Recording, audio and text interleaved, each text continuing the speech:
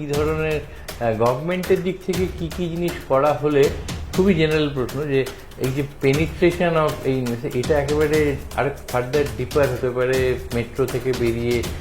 আর একটা ফ্যাক্টর খুব কাজ করে যেটাকে বলে যে রুপি কস্ট, যেটা এই রুপি কস্টের অ্যাঙ্গেল থেকে যদি দেখা হয় লং টার্মে, এইটার কীভাবে অ্যাডভান্টেজ বলুন ডিসঅ্যাডভান্টেজ বলুন, কারণ কীভাবে ইনভেস্টাররা লাভবান হতে পারে বা ইনভেস্টারদের পার্সপেক্টিভটা কী হতে পারে। গোল্ড যে জন্য আজকে আমাদের ভারতবর্ষ দেখে নিন, সেই গোল্ড 20-30 বছর ধরে যে ইনভেস্ট করে এসেছে সেই লাভবান, সেখানে তো তারা বিক্রি করার কথা বলেনি, যেহেতু রেগুলার গ্র্যাজুয়াল দেখেছে। তাহলে পজের তো কোনো প্রশ্ন নেই, যেখানে সে ইনভেস্ট করছে সেখানে সে এটা ডবল আপ ডবল টপও করতে পারে এবং মাঝে মাঝে কিছু লামসাম টাকাও ইনভেস্ট করতে পারে। কারণ এরকম পরিস্থিতি ধরুন 2-3 বছরে একবার ঘটলো। আমাদের যদি মনে থাকে 2021-এ আমরা নিফটি করলাম 18,000 টপ একবার। সেই নিফটিটা যখন ইউক্রেন ওয়ার হলো তার 1.5 বছর বাদে গিয়ে 15,000 হলো।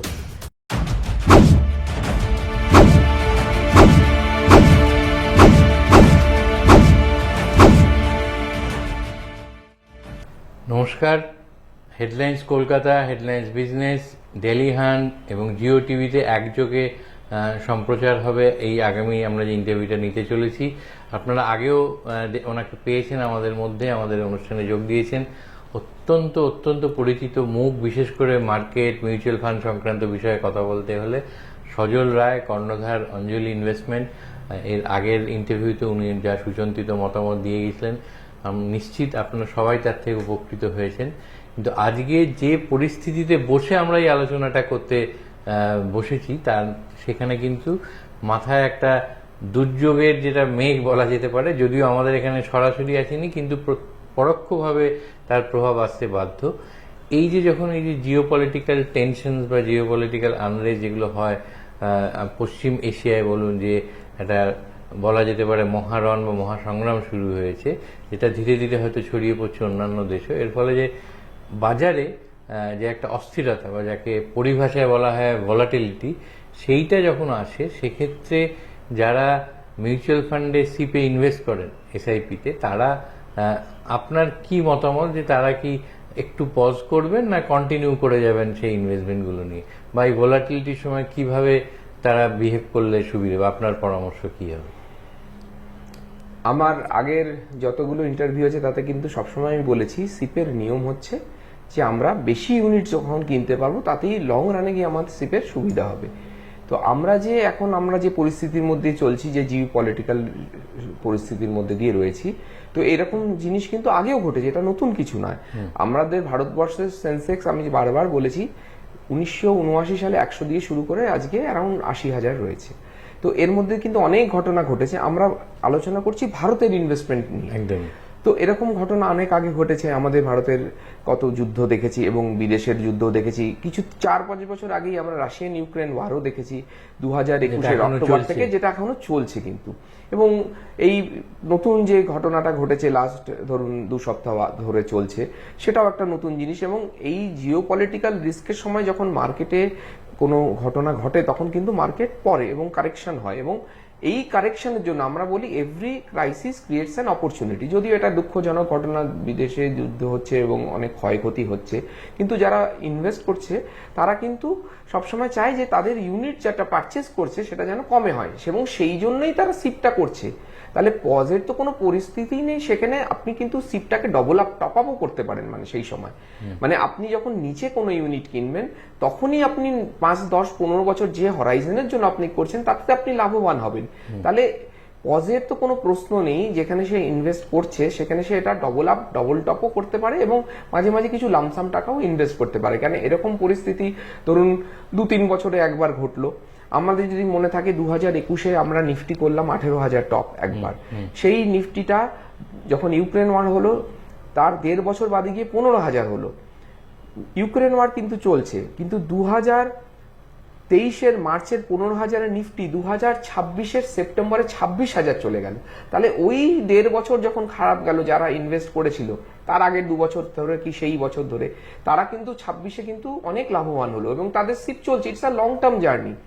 তো সেই এখন যখন আবার মার্কেট, এবং আমরা আরেকটা কথা হচ্ছে আমাদের যে এই ঘটনাটা ঘটলো তখন ভারতবর্ষ কিন্তু লাস্ট 1.5 বছর একটা কারেকশনের মধ্যে দিয়ে চলেছে, প্রাইস কারেকশন এবং টাইম কারেকশনের মধ্যে দিয়ে। তো আমরা অলরেডি 5-7% টপ থেকে দাম পড়ে আছি। আপনি যদি দেখেন যেটা অন্য দেশে হয়েছে, কোরিয়া তাইওয়ানে যেভাবে মার্কেট 20% 15% পড়েছে, ভারতবর্ষ কিন্তু সেভাবে পড়েনি। তো সেই অনুযায়ী আপনি যে সুযোগটা পাচ্ছেন এটাকে বলতে পারি সুবর্ণ সুযোগ। আজ থেকে 6 মাস, 1 বছর, 2 বছর বাদে, এর আগেও আমরা দেখেছি অনেকে হয়তো ঘটনা মনে থাকবে যুদ্ধ হয়েছিল, কিন্তু যখন প্রাইস উপরে যাবে, ইকোনমি যখন রিভাইভ করবে, হ্যাঁ এখন একটা শর্ট টার্ম ব্লিপ তো হয়েছে, তেলের দাম বেড়েছে, তো তেলের দাম বললে ইন্ডিয়ান ইকোনমিতে একটা হিট হয়, কিন্তু আপনার এই অপরচুনিটিটা যে কম দামে আপনি জিনিসটা কিনছেন সেই সুযোগটা তো এখনই এসছে। তো আপনাকে এটা চালিয়ে যেতে হবে এবং নতুন করে এর উপর আরো ইনভেস্টমেন্ট করতে হবে, কারণ এই সুযোগ 2-3 বছরে মাঝে মাঝেই আসে। এই জন্যই বলেছে এভরি ক্রাইসিস ক্রিয়েটস অপরচুনিটি। আপনি যদি দেখেন যে 2 দিন আগে একটা মিন্ট পেপারে আপনার ওয়ারেন বুফে বলেছে, if there is a third war also you should buy shares. মানে যদি দেখুন পৃথিবী যদি ধ্বংস হয়ে যায় তাহলে এই আলোচনার কোনো মূল্য থাকে না, কিন্তু যদি আমরা সব সার্ভাইভ, আমরা আজ থেকে 5 বছর আগে কোভিডও পার হয়ে এসেছি, অত বড় একটা ঘটনা আমরা পার করে এসেছি, আবার আমরা সব ঠিক হয়ে গেছিলাম। তো আমরা আশা করি নেক্সট 6 মাস 1-2 বছরের মধ্যে এই জিনিসটাও কাটিয়ে উঠবো। মার্কেটে তো ভোলাটিলিটি থাকবে, সেই জন্য আমি এই কথাটাও বলি যে market should be volatile, investor should never be volatile. অনেকে ভয় পাচ্ছে যারা নতুন ইনভেস্টার, যারা আজ থেকে 5-10 বছর আগে ইনভেস্ট করেছে, একটা শর্ট টার্ম লসের দিকে লোকে বেশি ফোকাস করে ফেলে। তো এটা তো জিনিসটা সেটাই যে short term pain, long term gain. Bank আর মিউচুয়াল ফান্ডের কি তফাৎ? ব্যাংক আপনাকে 7% দেবে, সবসময় 7 দেবে, সে কোনোদিন নেগেটিভ হবে না, কিন্তু মিউচুয়াল ফান্ড যেটা ব্যাংক প্লাস প্লাস আমরা বলি, 12%ই ধরে নিচ্ছি যখন দেবে 10-15-20 বছরে, সে তো ভোলাটাইল হবে। কোনো বছর 10 দেবে, কোনো বছর -10 দেবে, -20 দেবে, আবার +40 দেবে। কিন্তু ওই যে ডাউনের ইয়ার, সেই সময়টাই যদি আপনি না কেনেন, সেটা না ইনভেস্ট করতে পারেন, তাহলে কিন্তু লং রানে গিয়ে আপনার রিটার্ন সেরকম হবে না। ভিসাভিস যে ইনভেস্টার এই সময় বেশি করে ইনভেস্ট করবে।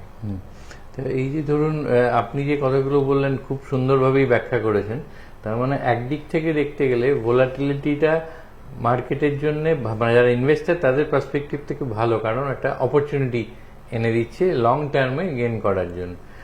আর একটা ফ্যাক্টর খুব কাজ করে যেটাকে বলে যে রুপি কস্ট, যেটা সেই রুপি কস্টের অ্যাঙ্গেল থেকে যদি দেখা হয় লং টার্মে, এইটার কিভাবে অ্যাডভান্টেজ বলুন, ডিসঅ্যাডভান্টেজ বলুন, কারণ কিভাবে ইনভেস্টাররা লাভবান হতে পারে বা ইনভেস্টারদের পার্সপেক্টিভটা কি হতে পারে?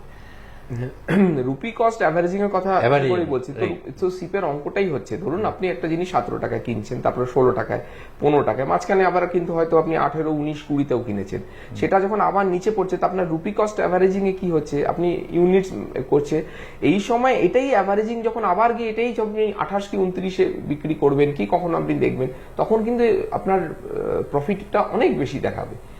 আরেকটা কিছু ওখানে অঙ্ক আছে, ধরুন এই যে আপনি বলছেন লোকে ইনভেস্ট করে, কিন্তু এটা আমাদের মাথায় রাখতে হবে দুভাবে, থোক লামসাম এবং এসআইপিতে।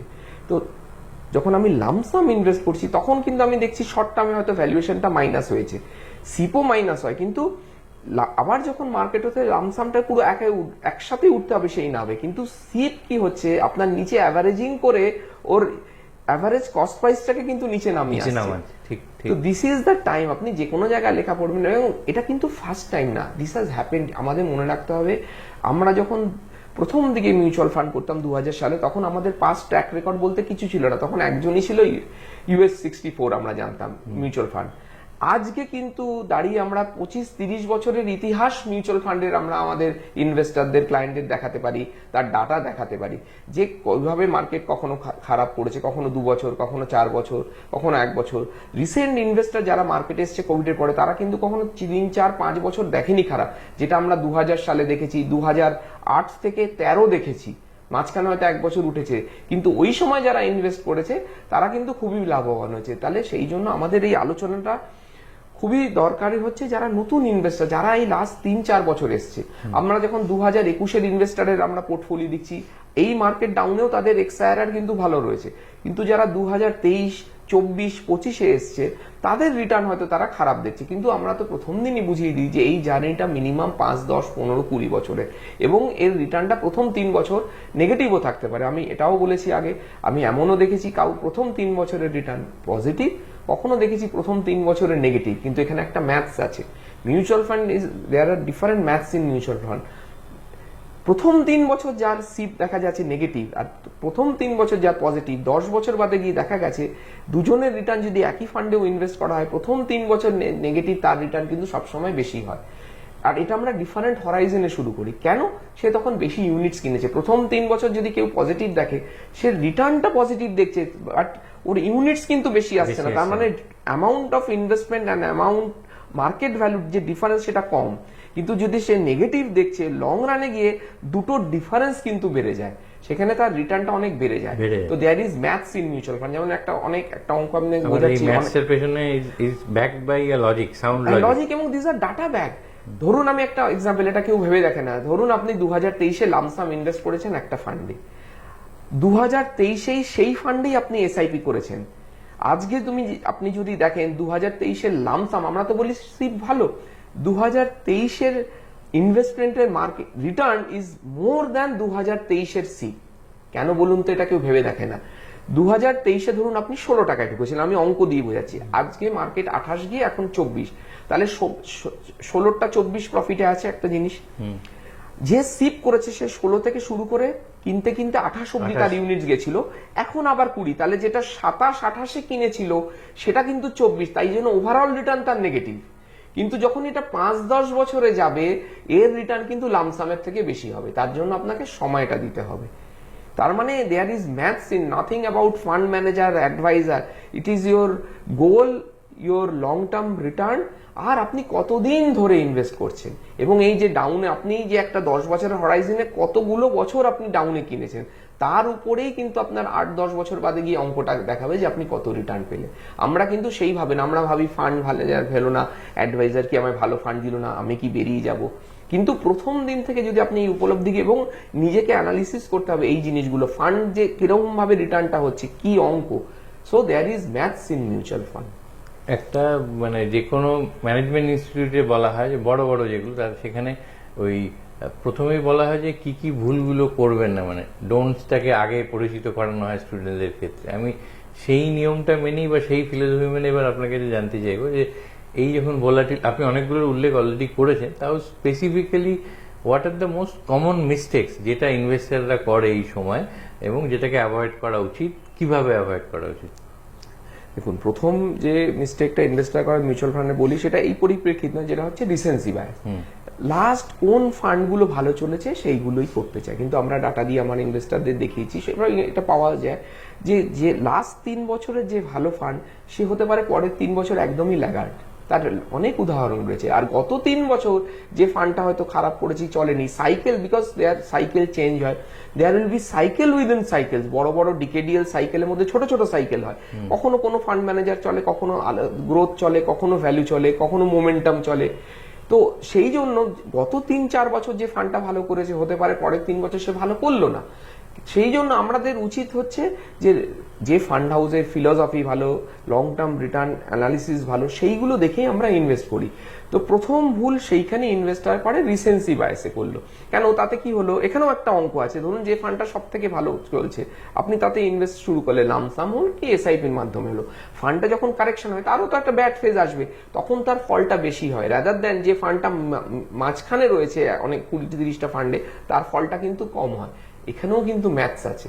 তো সেই জন্য সেই হচ্ছে প্রথম ভুল। তারপরে যখন মার্কেট এই ঘটনা কিছু ঘটে, জিও পলিটিক্যাল ইস্যুস হয়, তখন শর্ট টার্ম, এটা এখন বলে না, এটা কেন, আরো অনেক হয়, ইলেকশন, আমরা শর্ট টার্ম নয়েজের দিকে করি। সেই জন্য বলে always when you are investing in the long term in equity market, you should always cut the noises. আরেকটা হচ্ছে আপনার, দেখুন আমি একটা ভালোভাবে বলতে পারি, আমরা হচ্ছে ফাইন্যান্সিয়াল ডক্টরস। অনেকে ইনভেস্টারদের আমরা দেখেছি, মানে আমার থ্রুদিন অনেকে, যে তারা তার বন্ধুদের, তার কি নলেজ আছে, সে তো ডক্টর না এই লাইনে, তার নলেজ নিয়ে সে সেইটা করতে চাইলো। এমনও দেখেছি আমার, কেন, I can give you many anecdotal events. আমি আমার ক্লায়েন্টদের এত ফোলিও আছে 18 বছর ধরে দেখেছি। ডাক্তার আর কোয়াক ডাক্তারদের মধ্যে এবার হচ্ছে কি, এমনও দেখেছি, আপনাকে নাম নেব না, আমার একজন ইনভেস্টার আছে, সেই ইয়ং একটা সে শুরু করলো 5-6 বছর বাদে, মানে এইসব এক্সাম্পল গুলো দিতে হয়। তারপর হঠাৎ একদিন বললো যে আঙ্কেল আমি কি কিছু দিনের জন্য সিপটা পজ করবো, এটা 1-1.5 বছর আগের ঘটনা, যুদ্ধের কোনো পরিস্থিতি। আমি বললাম কেন? বললো না মার্কেট এখন খারাপ, তাই জন্য আমার যে নতুন বস এসছে সে, আমি বললো তুমি সিপ করো, আলোচনা হলো, বললো এই যে 7-8 মাস খারাপ যাচ্ছে সেই সময় তুমি সিপটা বন্ধ করো, মার্কেট ভালো হলে সিপটা ভালো। তো এই যদি ইনভেস্টার হয়, ও আমার হ্যান্ড হোল্ডিং, আমি ওকে বোঝালাম যে সিপ অঙ্ক, আমি যেটা আমার ইনভেস্টার দিয়ে থাকি যে অঙ্কগুলো দেখো যে নিচে নিচে ইউনিটস কিনবো, তাহলে সে বুঝলো। তো সব ইনভেস্টারও তো you should have a proper, whoever it may, you should have a proper adviser, you should understand, আপনাকে পড়তে হবে, নলেজ নিতে হবে। তো এই যে খারাপ টাইমে ইনভেস্ট করতে হবে, তো সেইটাই তো আসল সময়। এটা যেমন আমি শিখেছি, যখন খারাপ সময় যায় 1-1.5 বছর, তখন সিপটাকে ডবল আপ করা, যদি সেই পরিস্থিতি থাকে সে ডবল করতে পারে। তো cut the নয়েসেস, stay focus, stay discipline, যে জন্য আমরা প্রথম দিন do the brain storming the first day, যে আমি কতটা করব, কেন করব, কতদিনের জন্য, শর্ট টার্ম মানে আমি রাখবো না। এখানে যে এমন ইনভেস্টমেন্ট যেটা যে কোনো দিন তোলা যায়, কারণ অনেক লোক কিন্তু জানে না, নিজের একটা গোল থাকলেও গোল চেঞ্জেস, অনেক কিছু রিকোয়ারমেন্ট আগে হতে পারে। তো টাকা তো এখানে কোনো রিডেমশনের কোনো প্রবলেম নেই, যে কোনো দিন সে তুলতে পারে, কিন্তু তার হরাইজন থাকবে লং টার্ম। নয়েজ কাট করবে, যখন মার্কেট পড়বে তখন সে বিচলিত হবে না। ওই জন্য বলি যে ক্লায়েন্ট ভোলাটাইল হবে না, market should always be volatile. One way ট্রাফিকে কোনোদিনই ক্লায়েন্ট পজিটিভ দেখবে কিন্তু বড় মানি বানাতে পারবে না, সেটার দাম কমতে হবে, তবেই সে কিন্তু বিগ। অ্যান্ড আমার তার জন্য ব্যাকআপ 30 ইয়ার্স এর track record of all the mutual funds রয়েছে, যারা দেখাতে পারবে তাদের 30 বছর, কারোর 20 বছর, কিছু 5 বছর, যে কিভাবে কোন পরিস্থিতিতে রিটার্ন। 10 বছরের এক্সাম্পল দিচ্ছি, 10 বছরের পিরিয়ড 93 থেকে 2000, এটা খুব জানা দরকার। কেন বলি ম্যাথ, 93 থেকে 2003 যখন ভারতবর্ষের মার্কেট 0 রিটার্ন দিয়েছিল নিফটি, সেই সময় যদি কেউ একটা ইনভেস্ট করে থাকে, তার 2 বছর বাদে যখন সে বেঁচেছিল তখন যা রিটার্ন পেয়েছিল, 2003 থেকে 13 যখন ভারতবর্ষের সেন্সেক্স খুবই ভালো চলেছিল, ইকোনমি মুভ করেছিল, সেই সময় যে ইনভেস্ট করেছিল তার রিটার্নও পজিটিভ ছিল। কিন্তু ওই যে খারাপ পিরিয়ডে সে 10 বছরেরও এক্সাম্পল আছে যে করেছিল, তার রিটার্ন তার থেকে 2-3 গুণ বেশি। কেন? সেই সময় একই জায়গায় সে একই ইউনিটস কিনেছিল, তারপরে যখন মার্কেটটা বাড়লো তার রিটার্ন কিন্তু অনেক বেশি হলো। তাহলে আপনার সেই পরিস্থিতি, এই ঘটনাগুলো মনে রাখতে হবে।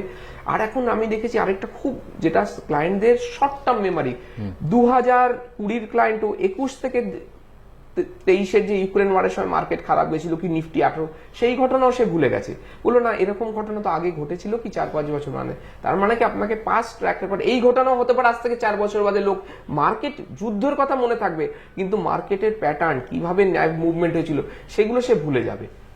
তো তাকে গিয়ে ন্যাভের হিস্ট্রি দেখে দেখতে হবে সে কিভাবে রিটার্ন হয়েছিল। অ্যান্ড অবভিয়াসলি অ্যাডভাইজারের হ্যান্ড হোল্ডিং নিতে হবে, বুঝতে হবে কোন তার কি দরকার, কেন সে ইনভেস্ট করছে, তার কি গোল, তার কি অ্যাসপিরেশন, সেই অনুযায়ী করতে হবে, সেই পথে সেটা বিচলিত হবে না। কেন, যেটা আমি বারবার বলি, এটা একটা মাউন্টেনিয়ারিং এর মতো, ওটা 1.5 মাস হয়, এটা তো 15-20 বছরের ঘটনা। সে টপে ওঠার মধ্যে যে ঝড় ঝঞ্ঝা, আমরা জাস্ট থিঙ্ক, কিন্তু ফাইনালি যখন গিয়ে সে ওখানে, যে দেশেরই হোক, যে পতাকাটা লাগে, সেই আনন্দটা কিন্তু ওই 1.5 মাসে, সেই ওই যে জার্নি, যে কত রকম বিপদের খানাকুল, একদম লাইফের সঙ্গে সেই জিনিসটাই স্টক মার্কেটেও কিন্তু ভাবতে হবে। তো will be passing through that phase and it will come again, আবার ঘটবে, কিন্তু মার্কেট এখান থেকে অনেক উপরে যাবে, আবার নিচে আসবে, আমরা আবার ভুলে যাব, কিন্তু আবার বলবো যে আবার কি সিপ বন্ধ করবো, আমরা কি রিডিম করবো, আবার করবো। তো this is a journey and it will go on for next 20 years. আমাদের মনে রাখতে হবে আসছে 5, 10, 15 বছর কিন্তু আরো ভোলাটাইল, কেন জিওপলিটিক্যাল যে জিনিসটা, এটা থেমে গেল, ফিরে ফিরে আসবে এখন অনেক। হ্যাঁ, তো এই জিনিসগুলো অনেক ভাবে ঘটতে পারে। তো we should B always prepared. আমরা মনে রাখবো আমরা সেই টাকাটাই ইনভেস্ট করব যেটা কোনো ঘটনার সময় হলে আমাদের কোনো অসুবিধা না হয়, চলতে পারে। তার জন্য আমাদের কন্টিনজেন্সি জিনিস, সেই জন্য আমরা কিন্তু মনের বারবার বলেছি কন্টিনজেন্সি ফান্ড আলাদাভাবে রাখা থাকবে। এই যে আপনি ডোন্টস গুলো এক্সপ্লেন করলেন, যেমন কাট দ্য নয়েজ বলুন, স্টে ফোকাস, স্টে ইনভেস্টেড, এছাড়াও কোনো বিশেষ ধরনের মিউচুয়াল ফান্ড বা ফান্ডের কথা আপনি বলবেন, যে অনেক ধরনের তো ফান্ডে, কোন টাইপ অফ ফান্ডে ইনভেস্ট করা ভালো? দেখুন, সব রকম আমরা প্রোডাক্ট মিক্স দিয়েই থাকি, ধরুন ডাইভার্স, এটা ডিপেন্ড করে যেন এরকম কোনো সেট ফর্মুলা, স্টক মার্কেটে কোনো ফর্মুলা কাজ করে না। একটা এজ দেখতে হয়, একটা লোকের গোল, আমরা যখন 20টা লোকের সাথে মিট করবো, 20 জনের গোল, অ্যাসপিরেশন, এজ তো ডিফারেন্ট হয় না, তার স্ট্রেংথ কত, তো সে কতটা ভোলাটাইল, তাকে কতটা বোঝাতে পারি। তো যখন সে ইনভেস্ট করে, যে প্রশ্ন আপনি করলেন, তো সেই অনুযায়ী গোল অনুযায়ী রাখবে। তো ডিফারেন্ট ফান্ডের মধ্যে flexi cap, multi cap, mid cap, এখন সেবি সিম্পল ক্যাটাগরাইজেশন করেছে যাতে কেউ বুঝতে, লেম্যানের বুঝতে অসুবিধা না হয়। আমরা যদি 20 বছর হিস্ট্রি দেখি সেই ডাটা দেখা গেছে যে নিফটি যদি 14 দেয়, স্মল ক্যাপে 14, মিড ক্যাপ কিন্তু 16 থেকে 18% দিয়েছে 20 বছরের ইতিহাসে। এর মধ্যে তো কত কিছু ঘটনা। তাহলে কি আমরা একটা প্রোডাক্ট বাস্কেট বানিয়ে সেই রকম ভাবেই করবো, যে প্রোডাক্টটা মনে রাখবেন যেটা সব থেকে খারাপ করছে 5 বছর বাদে গিয়ে কিন্তু তার রিটার্ন সব থেকে বেশি হবে, কারণ সে তো ইউনিটস বেশি, এবং সেরকম আমি এক্সাম্পল লাইভ দেখেছি। তাহলে আমরা একটা মিক্স অফ প্রোডাক্ট করবো। তার যদি কখনো হঠাৎ কন্টিনজেন্সি থাকে, তাহলে আমরা এমনও অনেক ইনভেস্টর আছে যারা লিকুইড ফান্ডেও এসআইপি করছে, যাতে সে তার কন্টিনজেন্সি রিকোয়ারমেন্টটা সেখান থেকে মিট করতে হয়। বাকি যখনই লং টার্মে করবে একটা প্রোডাক্ট মিক্স করে আমরা ইনভেস্ট করব। একটু জেনারেল ইয়েতে করি, কয়েক মাস ধরে বা আরো স্পেসিফিক্যালি বলতে গেলে গত মাসে বোধহয় যেটা ইকুইটি মিউচুয়াল ফান্ড, তাতে ফ্লোটা একটু বেড়েছে, একটা সার্জ দেখা যাচ্ছে। এইটা কেন, এবং is this trend going to stay, আর বা কি আপনি কিভাবে দেখছেন ভাবে? আচ্ছা, এটা তো আমরা জানি বাই দ্য ডিপস, এই কথাটা এখন স্টক মার্কেটে মিউচুয়াল ফান্ডে সবাই জানে যে মার্কেট পড়লে লোকে ইনভেস্ট করতে চাইছে, কেন লোকেরা সাহসী হয়েছে। আরেকটা এসছে যে অনলাইন ইনভেস্টমেন্টের অপশনটা হচ্ছে, এটার কারণটা আমি তো এত বছর ধরে করছি, আগে তো চেক আর ফর্ম দিয়ে হতো, এখন হাইব্রিড মডেল হলো লোকে অনলাইনে করতে পারে। আগে যেটা লোকে শেয়ারের দিকে দেখতো, এবং শেয়ারে তো সেটা ভুল শেয়ার কিন্তু মিউচুয়াল ফান্ড জানে যে ওভারঅল মার্কেট গেলে মিউচুয়াল ফান্ড বাড়বে, তাই জন্য লামসাম, যেটা আপনি বললেন যে ফ্লোটা এসছে, সেটা এসছে লামসাম, যেহেতু মার্কেট পড়েছে। কিন্তু এখানে জানেন, এখানে একটা বিহেভিয়ারাল সায়েন্স আছে। লোকে, আমরা দেখেছি এটা এত বছর ধরে দেখেছি, যে যতদিন লোক ইনভেস্ট করে এবং তার সাহসও থাকে, মার্কেট কিন্তু খেলাতে খেলাতে বটম করে না। এটা নাও হতে পারে, কিন্তু এরকমও দেখেছি লাস্ট বুল, মানে যে সাহসী, যখন সে ফ্ল্যাগ দেবে যে না আমি আর পারলাম না হোয়াইট ফ্ল্যাগ, আমার মনে হচ্ছে মার্কেট বোধহয় শেষ, এবং তার টাকাও শেষ, এগুলো দিস আর অ্যানালজিস, তখনই মার্কেট বটম করে। তো দিস আর দ্য থিংস। তো লোকে যেহেতু ইনভেস্ট করছে এবং এটা খুবই ভালো করছে, তারা ডিপিট এই লাভবানটা সে পরে দেখতেই পাবে। এবং কোভিডের সময় যারা করেছিল, প্রতিটা ফলে ইনভেস্ট করেছিল, এবং তখন থেকেই কিন্তু এই জার্নিটা শুরু হয়েছে। কারণ আপনার যে প্রশ্নটা করেছেন, অবভিয়াসলি এই this is here to stay. কখনো হয়তো ডিফারেন্ট হবে, কারণ সিপ বুক যেটা আমরা 3600 থেকে আজকে 31,000 দেখছি কত 7-8 বছরে, তো এটা তো অরিজিনাল ফিগার্স, এবং লামসামও করছে। তো লোকে বুঝে গেছে যে দেখুন, মুভমেন্ট টু ফিনান্সিয়াল ইনভেস্টমেন্টস, তো এটা তো একটা জার্নি শুরু হয়েছে 2020 থেকে, সেটা ইট ইজ আ ডিকেডিয়াল জার্নি, এটা চলবে, ইটস আ লং, এটা এখন সামনে লং রান হয়ে আছে। কখনো কখনো চেঞ্জ হবে, কোনো মাসে বেশি হবে, তো এই ফ্লোটা কিন্তু আসবে। As an we grow, economic grow হবে, লোকের ইনভেস্টেবল সারপ্লাস, কেন এখানে তো ইনভেস্টেবল সারপ্লাসটাই আমরা করি, বাড়বে, তো দিস উইল কাম। অনেকে বুঝবে, যে অনেকে মিস করবে, তারা পরের বারে পার্টিসিপেট করবে। কিছু লোক থাকবে কমন, যারা দুটোতেই ভোলাটাইল থাকবে, যতই আপনাকে বোঝান তারা করবে, কেন তাদের রিস্ক অ্যাপিটাইটটা হয়তো কম আছে। কিন্তু this is here to stay, এবং যারা এই সময় ইনভেস্ট করবে, একদিন সব কিছুই পাস হয়ে যাবে, এভরিথিং উইল পাস, তখন কিন্তু তারা বেশি লাভবান হবে। ইটস নট এ বাবল, যেটা আপনি বলতে চাইছেন, থাকবে, এবং থাকলে তার সুযোগ সুবিধাটা নেওয়া যাবে। হ্যাঁ, এবং হবে। দেখুন, আমরা কোভিডেও দেখেছি, তার আগে থেকেই তো সিপ বুক শুরু হয়েছিল, তার আগে থেকেই লোকে ইনভেস্ট করছিল। আবারও একটা কারেকশন হতে পারে, এর থেকে হয়তো বড় কারেকশন হলো, তখন যুদ্ধ নেই কি, কিংবা আমরা এমন দেখলাম মার্কেট প্রচন্ড উঠলো, আবার পড়ে গেল, এবং লোকেরা যারা রিটার্ন পেয়ে যাবে তারা তো বুঝে যাবে যে, এবং এই নলেজ, এই যে মিডিয়া আপনারা করছেন, আগে কোথায় ছিল, তো 20 বছর আগে তো ছিল না এই প্রচারটা এবং এই অঙ্কটা, এবং যেটা রিকোয়ারমেন্ট হচ্ছে 30 বছরের সেই ইতিহাস দেখতে পাচ্ছে যে না, এরকম করলে ভালো হবে।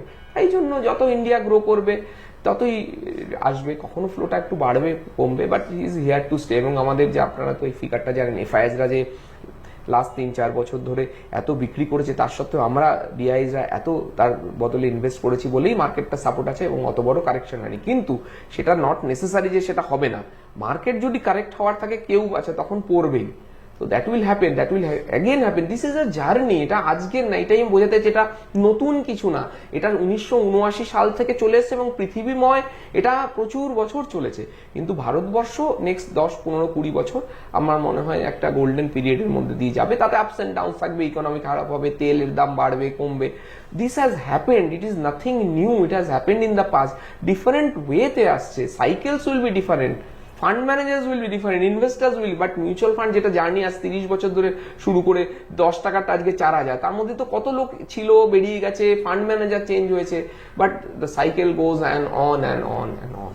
এই অ্যামিজ অল দিস পজিটিভিটি, একটা কথা আপনাকে না জিজ্ঞেস করে পাচ্ছি না, যে আপনি কি বলবেন যে কি ধরনের স্ট্র্যাটেজিস বা কি ধরনের গভর্নমেন্টের দিক থেকে কি কি জিনিস করা হলে, খুবই জেনারেল প্রশ্ন, যে এই যে পেনিট্রেশন অফ এটা একেবারে আরেক ফার্দার ডিপার হতে পারে, মেট্রো থেকে বেরিয়ে নন মেট্রো যেটা হয়তো শুরু হয়েছে, আরো বেশি করে কিভাবে ইনভেস্টরদের এই পেনিট্রেশনটা হতে পারে, টিয়ার 2, টিয়ার 3, টিয়ার 4 যেগুলো সিটিজ উইচ আর কামিং আপ, এটা কি হতে পারে? What are the steps that need to be taken? এটার একটাই প্রসেস আছে যেটা লাস্ট 5 বছর চলছে, মিডিয়ার প্রচার এবং এটার ব্যাপার সিম্পলিফিকেশন অফ কেওয়াইসি। আপনারা জানেন কেওয়াইসি তো এখনো ভারতবর্ষে একটা, যেখানে প্রতিটা ইনভেস্টমেন্ট ইনস্ট্রুমেন্টের জন্য আলাদা আলাদা কেওয়াইসি আমাদের করতে হয় এবং সেটার কেওয়াইসি তো, কিন্তু আমরা we are very very regulated, মানে অর্গান, মানে একটা আমরা এমসি বিজনেস যেগুলো রয়েছে, তো এটা গভর্নমেন্টের তরফ থেকে তো এই প্রচারটা চলছেই। এবং আপনাদের, এবং আপনি অ্যাড দেখবেন, আপনি ওয়ার্ল্ড কাপেই দেখেছেন যে অনেক ইনভেস্টর তখন বলছে, আমি তো মজা করে, যে তোমার হয়ে প্রচার তো রোহিত শর্মাই করেছে, ইউ হ্যাভ সিন। তো এর থেকে বড় যে মিউচুয়াল ফান্ড সেই হ্যাঁ, তো এই প্রচার তো লাস্ট 4-5 বছর ধরে চলছে। এই প্রচার যখন হচ্ছে, লোকে বুঝছে, লোকে জানছে, আমি তো সেটা বুঝতে পারছি অ্যাওয়ারনেস, এবং টায়ার 2 টায়ার 1 সিটিতে গ্রোথ মারাত্মক আছে। কিন্তু এই প্রসেস সিম্পলিফিকেশন অফ কেওয়াইসি যেটা খুব দরকার, এবং রেগুলেটরি ফ্রেমওয়ার্কের মধ্যে থেকেই আমাদের, we can't fight a regulator, তারা যে রেগুলেশন আমাদের করতে, আমাদের তার মধ্যে দিয়েই করতে হবে। কেন এটা তো আমরা ইনভেস্টারদের জন্যই করছি। হ্যাঁ, ইনভেস্টার অ্যাওয়ারনেস আরো প্রোগ্রাম যেগুলো আমি করে থাকি, অনেকেই করে থাকে, সেই ওগুলো অনেক বাড়াতে হবে এবং প্রচার হবে। তো দিস ইজ দ্য ওয়ে। কিন্তু ইনভেস্টারকে নিজেকে বুঝতে হবে তার জন্য কোনটা ভালো, সে কেন ইনভেস্ট করছে, শর্ট টার্ম মানির জন্য না। স্টক মার্কেটে আমরা আগেও লিখেছি লোকে হাত পুড়িয়েছে, তো this is for a long হল। মানে আমরা যখন করবো, যেমন ব্যাংক ফিক্সড ডিপোজিট করি, পিপিএফ করি, আমরা তো রোজ গিয়ে প্রশ্ন করি না পিপিএফ এর টাকা 15 বছর, 20 বছর, 25 বছর। এটা যখন আমরা বাসস্থান কিনি, বাড়ি কিনি, ফ্ল্যাটেও কত লোক ইনভেস্ট করে, গোল্ডে, যে জন্য আজকে আমাদের ভারতবর্ষ দেখেছেন সেই গোল্ড 20-30 বছর ধরে যে ইনভেস্ট করে এসছে সেই লাভবান, সেখানে তো তারা বিক্রি করার কথা হয়নি, যেহেতু রেগুলার গ্রাজুয়াল দেখেছে। ইকুইটির ভোলাটিলিটিটা যেহেতু বেশি, যেটা ব্যাংক, পিপিএফ, পোস্ট অফিস কিংবা গোল্ডে সে দেখে না, সেই জন্যই সে বিচলিত হয় এবং নানা রকম আলোচনা করে কি করবে, that is the thing. But we have a past track record of 30-40 years. Mutual fund we have of the stock market, and for the mutual fund we have a track record of 20-25 years, 2095-30 years also. So and this should go on within the regulatory framework. এই যে ধরুন আর একটা কথা, মানে আমরা আলোচনা একেবারে শেষ দিকে চলে এসেছি, টাইম অলরেডি পেরিয়ে গেছে, কিন্তু একটা না জিজ্ঞেস করে পাচ্ছি না, long term capital gain tax, এইটার যে চেঞ্জেস অনেক সময় দেখা যায়, সেইটা কিভাবে, হাউ ডাজ ইট এফেক্ট, মানে বা এটা নিয়ে কি করা যেতে পারে? এবার এখানে আমি একটা কথা বলি, এটা আমরা তো ট্যাক্সের আওতার বাইরে না, তবু তো 12.5%। আমি তো ডাটা দিয়েছি ইনভেস্টারদের, আমাদের দেশের, টু বি কোয়াইট অনেস্ট, সব থেকে কম। বিদেশে নাম নিচ্ছেন 24, 25, 45ও রয়েছে। আমাকে একটা কথা বলুন, এর মধ্যে অঙ্ক, আপনি 7%-এ 30% ট্যাক্স দেন, সিম্পলি আমাকে বোঝান। কোন জিনিস আপনি 12, মিউচুয়াল ফান্ড আমরা বলি 10 বছর হলে 12, কেউ 16-18 ভুলে যান, 12তে আপনাকে 12% ট্যাক্স দিতে হবে, still you are left with 10। The alpha is 3%। 3 কোথায়? ট্যাক্স হচ্ছে 7 থেকে গেলে 30 দিলে যদি 30 হয়, 20 হয়, যদি সে তার ট্যাক্সও না হয়, তাহলে দিতে হচ্ছে 7 কি 6, আর ওখানে আমি পাচ্ছি 10-11, 4% on 10, 15, 20 years is huge amount. আপনি এমনি কোনো ক্যালকুলেটারে ফেলে দেখবেন যে 3-4% ডিফারেন্স কোনো একটা অ্যামাউন্টে 15-20 বছরে কতটা ডিফারেন্স হয়। তো we should be happy with in. সেই স্বনামধন্য রাকেশ ঝুনঝুনওয়ালা বলেছিলেন যে, মানে আমরা যদি 12% পাই we should be king, and 15% পেলে উই শুড বি এম্পারার। তো এইগুলো আমাদের মাথায় রাখতে হবে। তো ট্যাক্স তো আমাদের লাইফে, দেখুন, কারেক্ট, এই কথা আমি ক্লায়েন্টদের বলি, market correction and tax is inevitable. They will stay for next 10, 15, 20 years. But we should continue our journey with those things. এগুলো কোনোদিন চেঞ্জ হওয়া নেই। ট্যাক্স 12.5 কমতে পারে, বাড়তেও পারে, we should B always mentally prepared. কারণ এখনকার ক্যাপিটাল গেন্স না, আমি যেদিন বিক্রি করব সেদিন ভারতবর্ষের ক্যাপিটাল গেন্স এর কি আছে। আমি যদি 13% পাই, তাতে যদি আমি 20%ও দিই, we should be honest, we should be happy rather than getting 7% in bank where somebody pays 30%. এটা তো অঙ্ক। আপনি ক্যালকুলেটারে ফেলে দেখবেন, সিপ ক্যালকুলেটর হয় আজকাল, যে 4% ডিফারেন্স হলে কোনো একটা ইনভেস্টমেন্টে, সেটা ব্যাংক মিউচুয়াল ফান্ড বলে যান, যে আমাকে কেউ 7-6 দিচ্ছে আর আমাকে কেউ 10-12 দিচ্ছে, দুটোর ডিফারেন্স কত হয় 20 বছরে? অনেকখানি। একটার কোনো ভোলাটিলিটি নেই, স্ট্রেট দেবে, কিন্তু একজন ভোলাটাইল হলেও আপনাকে লং টার্মে দেবে। 7% দেশের interest rate, 7% inflation tax, we are paying back to the society. We are nil. আমরা মনে হচ্ছে ব্যাংকে এফডি করলে, কিছু ব্যাংকে থাকবে, আমি সেটা বলছি না, ডিফারেন্সটা বোঝানোর চেষ্টা করছি, যে আমরা 7 পেয়ে 7 দেশের ইনফ্লেশন, গভর্নমেন্টের রেট 7, আমাদের লাইভলিহুডের সেটা 10-11, এবং আমি আগের আমার ইন্টারভিউতে বলেছি যে ইনফ্লেশন কিন্তু নেক্সট 10-20 বছর মারাত্মকভাবে পৃথিবীময় আসবে, এবং সেটা তো বুঝতেই পারছেন যুদ্ধে, সেটা আমি 3-4 বছর আগে ধরে বলছি। বিকজ উই উইল বি না had trajectory of inflation, interest রেটও বাড়বে, কিন্তু ইনফ্লেশনের জন্য we have to beat inflation, তার জন্য we have to be putting money in equity. আপনারা এতক্ষণ শুনছিলেন অঞ্জলি ইনভেস্টমেন্টের কর্ণধার সজল রায়। প্রতিবারের মতোই একেবারে বলা যেতে পারে বাজার শাস্ত্রটাকে প্রায় কাব্যিক ধাঁচে এত অসাধারণভাবে সাবলীল বাংলায় কাব্যিক ধাঁচে ব্যাখ্যা করেছেন। মূলত উনি যেটা বলতে চেয়েছেন, যেটা আমি জাস্ট রিপিট করে দিচ্ছি, রিপিটেশনের একটা রিস্ক থাকা সত্ত্বেও উনি যেটা বলতে চেয়েছেন যে অযথা বিচলিত হওয়ার কিছু নেই, যেটা হচ্ছে সেটা নাথিং নিউ, এটা হওয়ার ছিল, হতে পারে, ভবিষ্যতেও হবে, অতীতেও হয়েছে। কাজেই সেই সমস্ত পরিস্থিতিতে যেটা নয়েজ, সেই নয়েজটাকে cut the noise, stay focus, stay invested, এবং রিস্ক হেজিংয়ের একটা উনি কথা বলেছেন যে বিভিন্ন টাইপ অফ ফান্ড সেখানে যদি আমরা অ্যালোকেট করি তাহলে একটা অটোমেটিক প্রসেসেই ঝুঁকিটা একটু মিটিগেটেড হয়ে যায়, ঝুঁকিটা হেজিং যাকে বলে সেগুলো হয়ে যায়। তো এইগুলো আপনারা শুনলেন একেবারে একদম স্বনামধন্য বিশেষজ্ঞের কাছে। এগুলো আপনারা মাথায় রাখুন, কারণ আমরাও চাই যেটা সমৃদ্ধির পথ, সেই সমৃদ্ধির পথে আপনারাও এগিয়ে চলুন। আমরা পরবর্তী কোনো ইয়েতে আবার সজলবাবুকে পাবো, তখন আবার ওনার বিশেষজ্ঞের মতামত নেবো। কিন্তু আজকে আমাদের সঙ্গে যোগ দেওয়ার জন্যে এবং এই মুহূর্তে দাঁড়িয়ে সবচেয়ে সুচিন্তিত মতামত বাজার সম্পর্কে, মিউচুয়াল ফান্ড সম্পর্কে, ফান্ডস ইন জেনারেল সম্পর্কে দেওয়ার জন্য অসংখ্য অসংখ্য ধন্যবাদ। অসংখ্য ধন্যবাদ। Ma, there's this new Bengali matrimonial website, BABandhan.in. It's safe, verified, and just for us. Really?